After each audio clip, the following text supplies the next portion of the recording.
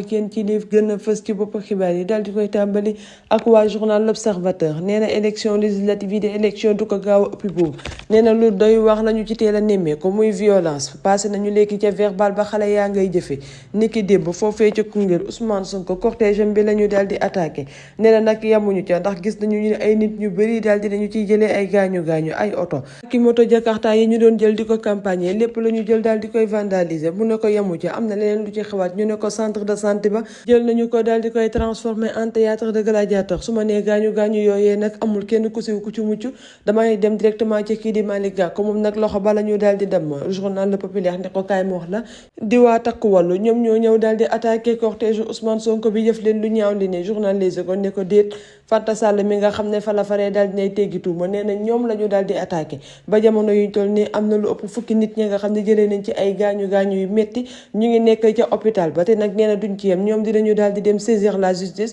déposer plainte contre le premier ministre Ousmane Sonko ngir ne ñoom ñoo jiite bii lay coow. grand panel yéene kay ne en tout cas jot nañu jël ci ay mesures gouvernement bi jot na mu daal di ciy jug wax ci F24 ne nag li jamono yuñ toll nii li nga xam ne war na mooy ñu daal di amal ab dialogue constructif aussi moom mu ngay interpeller le ministre de l'intérieur ñi ko jot a interpeller bari nañu ginnaaw baax ki démb ba ñu gisee kii di Abass Fall daal di fi amal li nga xam ne moom moo nekk ab appel à la violence bu doy wax Abass Fall moom mel na ne kàddoom yooyee nga xam ne yëkkati na ko amul dara la nga xam ne daal dina ko ciy fekk dem nañu sax ba yéenekaay bi di ko dippee le nouveau homme fort de la capitale. journal enquête ne jamono yuñ toll ni assemblée nationale daal la ñu ko mën a waxal mooy dugg na entre guluwax et kawo kenn xamul lii lan la yeneen yéenekaay yi daal di ñëw ca kii di Bougane Gueye Dany libre le leader de Gëm Sa Bopp libéré waa journal La Tribune ñoom la ñuy tàmbalee daal di ñëw ca condition yi nga xam ne Bougane Gueye Dany ca la ñu ko téewee ak li nga xam ni yenn ci ay médias jot nañu koo fësal te nekkul dëgg La Tribune yéenekaay ne Bougane Gueye Dany dañu ko condamné à 1 mois de prison assorti de sursis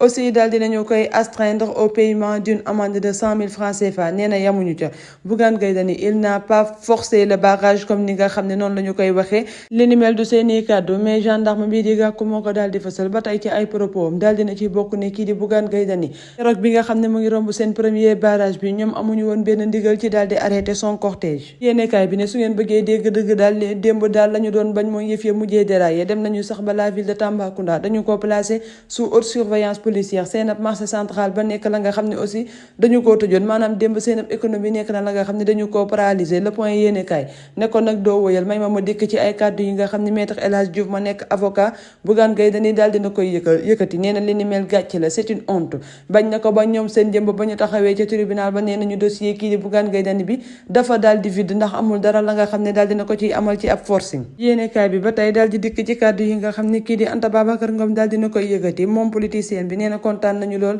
ci li nga xam ne démb gis nañu ko témoignage yu dëggu yi nga xam ne gendarme yi daal dinañu koy amal encore une fois la ñu fa wane nag moo nekk leur attachement aux valeurs de vérité et de justice. Les Échos yéenekaay ne bu ngeen bëggee dégg dëgg kay mën nañu ne kii di Bougane Gueye Dany ni ki démb dafa daal di triompher il a été relaxé au bénéfice du doute pour la rébellion et relaxé pour outrage à agent refus d'obtempérer bi nag moo tax ñu daal di koy condamné à 1 mois de prison assorti de sursis et d'une amende de 100 000 francs CFA qu'il devra verser. Le journal Grand Place moom daal di ñëwaat ci kii di Bougane Gueye Dany nee na témoins yu bëri yi nga xam ne ni ki démb nag kàddu dëgg yi nga xam ne yëkkati nañu ko ñoo ko daal di poussé ba Bougane Gueye Dany mu daal di gagné créer aussi la honte au gouvernement maanaam li xew ni yëpp seen ab loxo génn ci woon su a yéene kay ne ko xamul mooy wax mais démb daal la ñu gis ci àtteb kii di Bougane Gueye Dany bi bu ñu ko doon résumé mën nañu ne moom la njiital Gëm Sa Bopp bi dafa daal di terrasser le pro daan ko ba toog ca kawam la def jël bu kenn dul werante révélation yéene kay ne Bougane Gueye Dany nag nee na pareegul pour dellu ginnaaw benn yoon le combat continue il est plus déterminé que jamais Sud Quotidien yéene kay daal di ñëw ca kàddu yi nga xam ne kii di Bougane Gueye Dany daal dina koy xotal ne sax pare na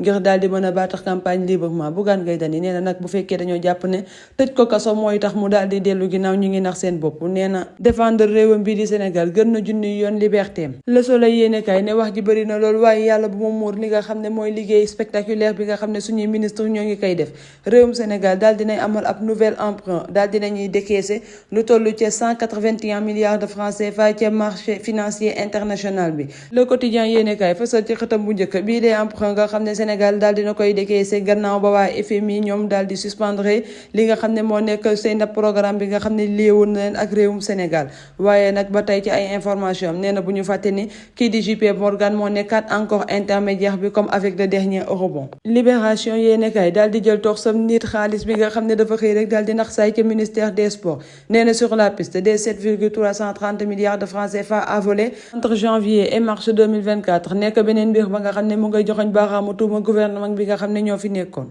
Dakar Presse daal di ñëw ci askanu Sénégal bi nga xam ne ñoo yeewoo foofee ca Fatick ne mbaadu dañoo sonn ci jox bopp ñi nga xam ne ci ab violence dong la ñuy yëngu ndax ni ki démb pendant que waa Pastef ak waa APR doon rayante foofee ca Koungheul Amadou Ba moom xale yi daal dinañu koy wuy ji ak doole mbooloo mu takku ñoo demoon daal di leen accueillir moom ak coalition jàmm ak njëriñ bi nga xam ne ñoo nekk di battre campagne ci élection législative yi. L'Indépendant yéene kay ne en tout cas li ñu mën a séddee mooy nous étions tous témoins ni ki démb d'une démonstration de force de Amadou Ba à Kaffrine. L'évidence yéene kay ne en tout cas jamono yuñ toll ni jot nañu daal di bàyyi xel loolu l'ancien président Macky Sall galère et trahison la nekk di dund ay quotidien moom daal jamono yuñ toll ni nañu ko mën a résumer mooy bu nekkul di daw comme la peste mu ngay rejeté ay appel ci xëtam bu njëkk ba tey moom yéene kay bi mu daal di ñëw ci kàddu yi nga xam ne Cheikh Issa Sall le maire de Mbour daal dina koy yëkkati gannaaw ba ñu xam leen ni la mu bëgg daal jamono yuñ toll nii mooy daal di daw ca ginnaaw kii di Ousmane Sonko nee na nag moom la mu mën a xamal waa Pastef ñu dégg ko ba dégg ko mooy soxlawul seeni carotte ragalul seeni bant maanaam fa mu tegoon tànkam démb ak barki démb pareegul ngir daal di ko fay yëkkati. Journal L'Info daal di ñëw ci kàddu yi nga xam ne Ousmane Sonko ni ki démb daal dina koy yëkkati dans le bassin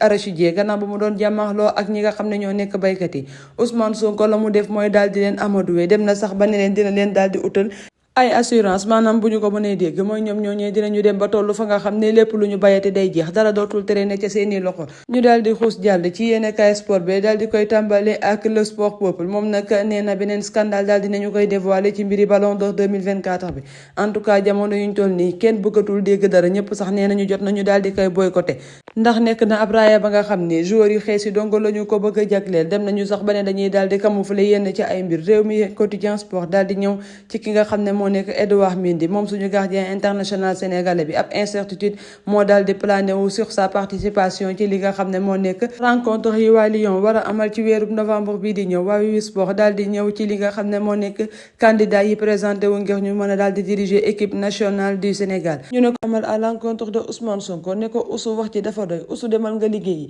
boo xifee ni nga waxee ba jël réew mi di nga waxuma laak ba ñàkk réew mi mais sax di nga ko daal di yàq journal Dakar Post daal di koy feelu ne ko doo fa yemale ay kàddu Amadou Ba démb kay la mu def mooy daal di tiire ca kaw waa Pastef nee na leen nag sénégalais yi sonn nañu lool dem leen ngeen liggéeyi te bàyyi wax ji waaye nag sénégalais yi nañu xam ne la ñu defoon ab erreur la te mën nañu koo corriger élection présidentielle yu weesu ñoom la ñu jox 54% moom ak coalition bi nga xam ne ñoom la àndal di jàmm ak njëriñ nañu leen dénk li nga xam ne moo nekk majorité ci assemblée nationale ñu jàmmaarloo ak ñi nga xam ne ñoo fi nekk daal di leen xeexal seeni ak yelleef réew mi quotidien yéeni kaay daal di fësal ay kàddu l'ancien président Macky Sall ci xëtam bu njëkk daal di ñëw nag ci li nga xam ne wax na ko moom Macky Sall nee na pare na pour lépp ngir daal di jàmmarloo ak waa Pastef ngir daal di xeex ak ñoom ba ñëw daal di ñàkk bii les pouvoirs yemu ca ci campagne électorale yi journal Le Peuple quotidien ne ko doo fa yemale ay kàddu Macky Sall la mu wax kay gën naa garaaw ndax nee na juróom-ñaari weer dong la ñu fi liggéey mais sénégalais yi doyal nañu defuñu fi dara lu baax daal dina artu nag ci ay partisans am ñu daal di wàcc ci kaw tali bi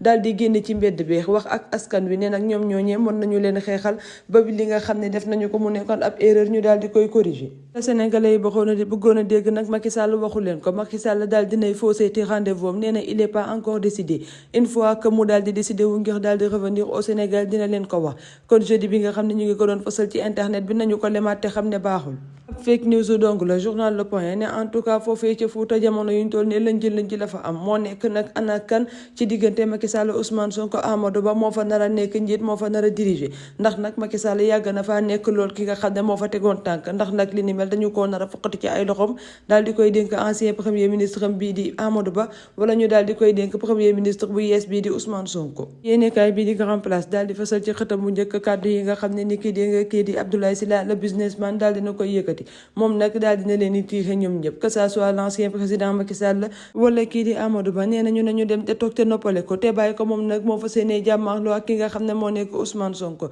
mu doon woote fan yee ci ab débat public nee na pare na ngir daal di ko koy affronter ndax moom nag moo ko gën a maîtriser lépp la nga xam ne dafa nekk ci wàllub état ndax ñi fi nekkoon fekkee toog muy dox la ñu xam moom Ousmane Sonko tëdd muy dox la xam. Direct News ne ko mën naa laa yokkal ci ay kàddu Abdoulaye Sylla ni ki démb la daal di xamal sénégalais yi ne ko Ousmane Sonko ak ñi mu àndal amuñu xam-xam mënuñu nee na nag kii di Ousmane Sonko la muy ndam moom mooy ab fiscalité la mais nag dina ko daal di wan ne business